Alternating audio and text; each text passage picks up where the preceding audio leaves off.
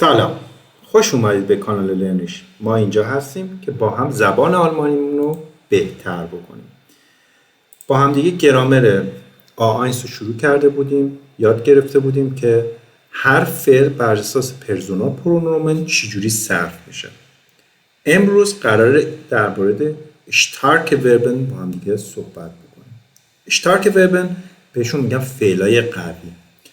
این فعلا که فعلای خیلی خاصی هستن، توشون یکی از این سه تا حروفه، یعنی آ، ا یا آ او هستش.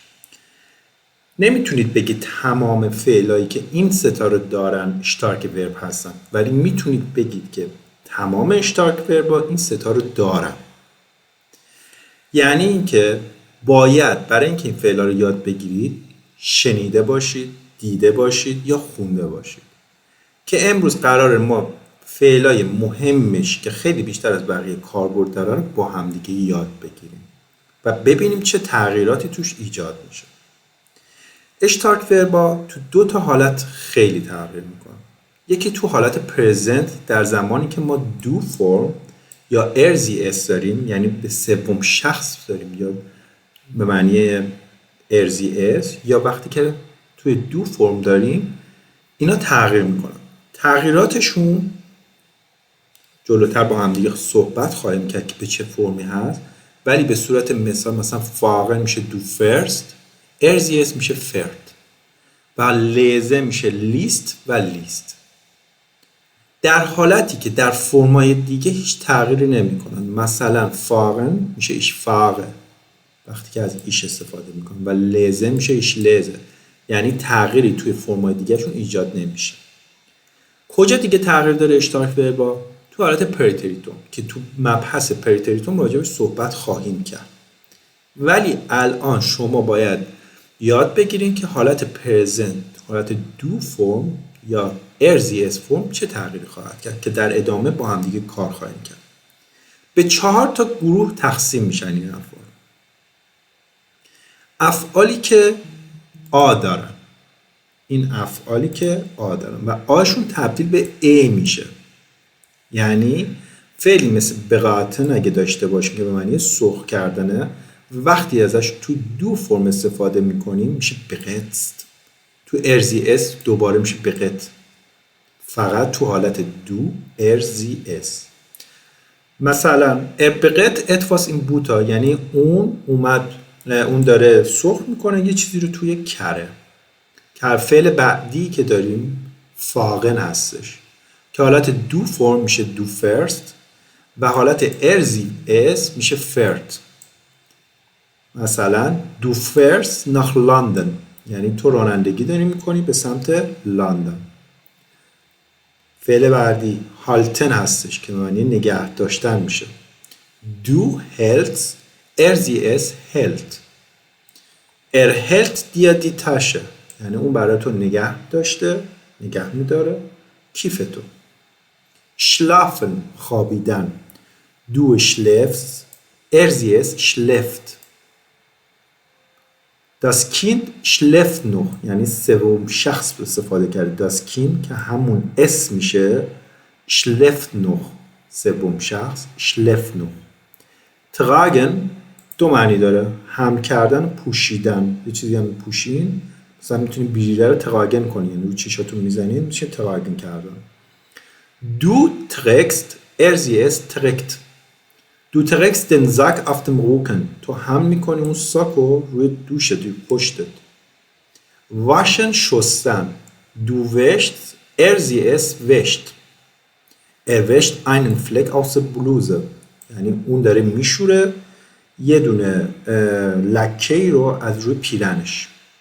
پس حالت اول آ تبدیل میشه به ای تو کلماتی که اشتارک ورب هستن. حالت دوم که ما داریم ای تبدیل میشه به ای. این افعال عبارتن از اسن، یعنی خوردن، که دو فرم و ارزی اسش هر دوی آنها هستش ایست. زیست این در کانتینه، یعنی اون داره غذا میخوره توی کانتینر، جایی که مثلا میشین همه با هم دورم توی شرکت مثلا غذا میخوره، اونجا کانتینر بهش میگن.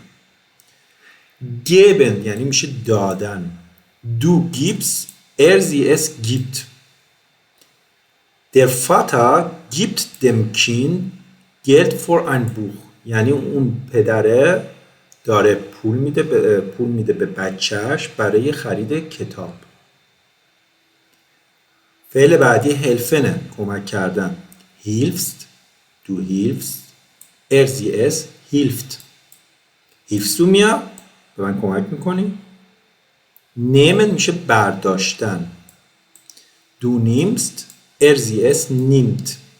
sie nimmt nur Öl zum Braten. اون فقط روغن برای یعنی تنها چیزی که برداشته برای سرخ کردن روغنه. sprechen صحبت کردن. du sprichst، sie es spricht.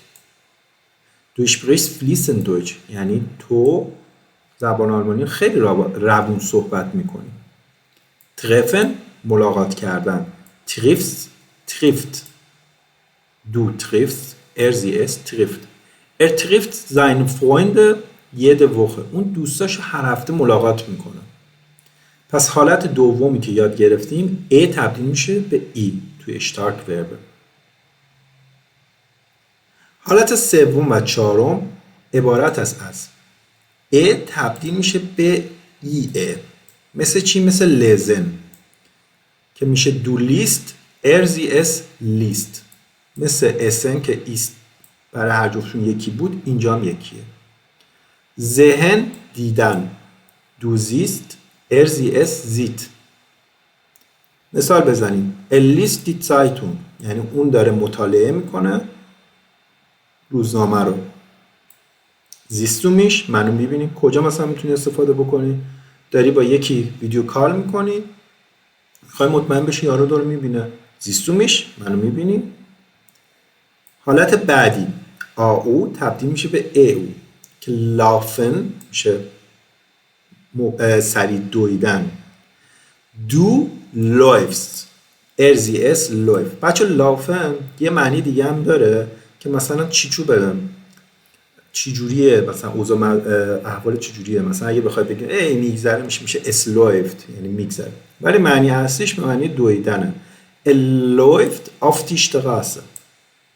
پس ما اومدیم 4 تا گروه اصلی اشتارک وربا رو با هم دیگه کار کردیم. حالت اول افعالی بودن که آ تبدیل می شدن به ا، مثل beraten، fahren، halten، schlafen، tragen، waschen.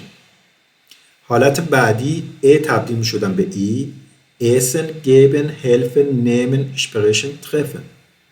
حالت سوم ا تبدیل می شد به ای، lesen، sehen. و حالت آخر او تبدیل میشه به او، مثل لافن. که این 4 تا گروه اصلی هستن که من سعی کردم افعالی که بیشتر از همه خواهید شنید و استفاده خواهید کرد رو بیارم. حالا بریم با هم دیگه چند تا مثال حل بکنیم. مثال اول که با اشپیلش هم آوردم که باید چجوری حتما باید حل بشه اینه که مثلا schreibt پتا، یعنی مثلا پتا داره مینویسه، بعد بگیم نه پتا نمینویسه، اون داره صحبت میکنه. پتا schreibt nicht، redet. trink پتا، آیا پتا داره می نوشه؟ نه پتا نمی نوشه، داره میخوره. پتا trinkt nicht، isst. یاد گرفتیم. lernt پتا داره یاد میگیره؟ نه اون خوابیده. پتا lernt nicht، schläft. geht پتا داره راه میره؟ نه پتا داره میدوه. پتا geht nicht، läuft. arbeitet پتا؟ نه کار نمیکنه پتا، اون داره روزنامه میخونه. پتا arbeitet nicht، liest die Zeitung. bleibt پتا میمونه؟ نه پتا میخواد بره سمت خونه شون. پتا bleibt nicht، fährt nach Hause. مثال بعدی که میخوایم با هم دیگه کار بکنیم. ich schlafe lange، Carlos nicht lange. Carlos schläft nicht lange. این مثالش بود که چجوری بتونیم حل بکنیم. Ich fahre nach München، Eva nach Bremen. پس باید بگیم چی؟ Eva fährt nach Bremen. به سمت مونیخ حرکت نمیکنه. Eva fährt nach Bremen. Ich spreche langsam، du schnell. پس میگیم چی؟ Du sprichst schnell. Ich lese Zeitung، Max eine Deutschbuch. من روزنامه میخونم ولی مکس داره چی میخونه؟ یه کتاب آلمانی میخونه. Max liest ein Deutschbuch. Ich trage braune Schuhe. یعنی من پوشیدم یک کفش قهوه‌ای. ولی ساندرا کفش مشکی پوشیده. شوارز شوه. همون جایی که بهتون عرض کردم تراگن هم کردن و پوشیدن میشه. اینجا معنی پوشیدنش آوردیم. ساندرا trägt schwarze Schuhe. Ich esse Kuchen. یعنی من دارم چی میخورم؟ کیک میخورم. ولی پاول داره میوه میخوره. پاول isst Obst. Ich helfe Peter.